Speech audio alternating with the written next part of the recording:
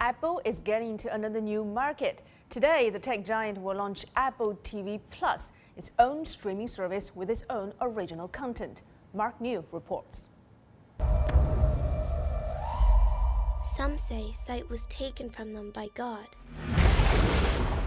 Apple has attracted Hollywood stars like Jason Momoa, Jennifer Aniston, and Steve Carell to star in its original productions. At $5 a month, the Apple TV Plus streaming service is being considered by Fabian Santos, who already subscribes to Netflix and is eagerly awaiting Disney's new streaming service. I'm an Apple user, and I saw some of the trailers. Everything looks very good, but if you get all the services, it's going to be a lot of money. So you have to choose the services that actually got more to do with you. There's only 9 shows, and people are used to a much wider variety of choices. So it's going to be interesting to see how people react. Clearly, there's going to be a lot of initial excitement, but how quickly people fade from that is the real question mark. The lack of content is a major disadvantage as Apple battles market leader Netflix and Disney Plus, which launches November 12th. But Netflix started its own original content 6 years ago, and Disney has its extensive library of family shows, and of course the Marvel superheroes and Star Wars franchises. But with a reported budget of $6 billion, Apple TV Plus has more in store, like shows from celebrity icon Oprah Winfrey and director Steven Spielberg on the way. They're spending a lot of money on these shows. It's definitely a risky bet. I mean, this is like the music business, the old days of the music business. It's kind of a, you can get a hit, but you may not.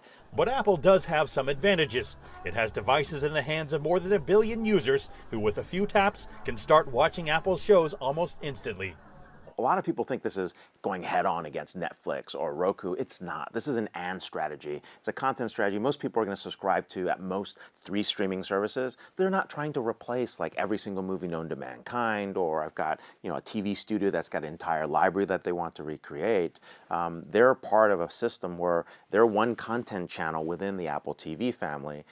Apple TV Plus also adds a powerful tool to its arsenal of services.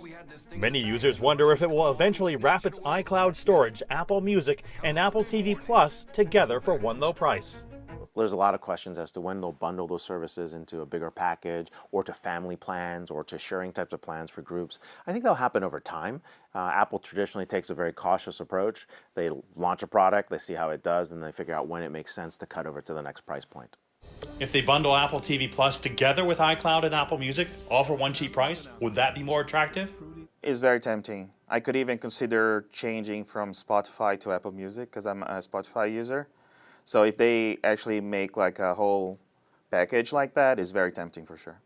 Santos was even more tempted when he found out about an Apple promotion to lure new customers. Buy any new Apple device, and it comes with a 1-year Apple TV Plus subscription for free.